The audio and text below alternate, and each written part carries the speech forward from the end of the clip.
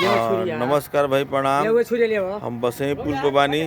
अगर बढ़िया मीट खाए के बढ़िया खस्सी के मीट खाए के बा, देखिए यहाँ मोट खस्सी एकदम कुर्बानी वाला खस्सी एकदम मिलेला और ज़बरदस्त मीट मिलेला।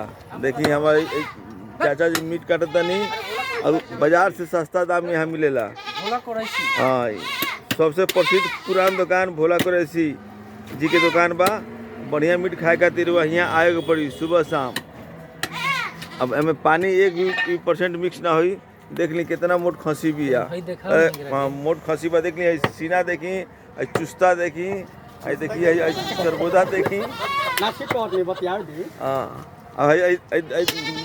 देख ली कितना मोट चुस्ता बा। एगो चुस्ता में 4 आदमी खाई।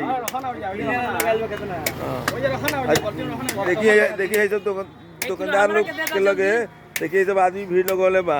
कोई 2 किलो, कोई 4 किलो, कोई 5 किलो लेता थे। और देखिए जबरदस्त यहाँ के लगे मोट माल बनल बाटे। यहाँ हमेशा एकदम शुद्ध मिलेला, शुद्ध शाकाहारी मिलेला।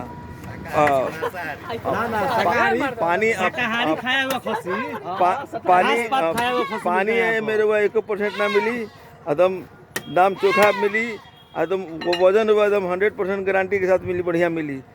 नमस्कार, धन्यवाद।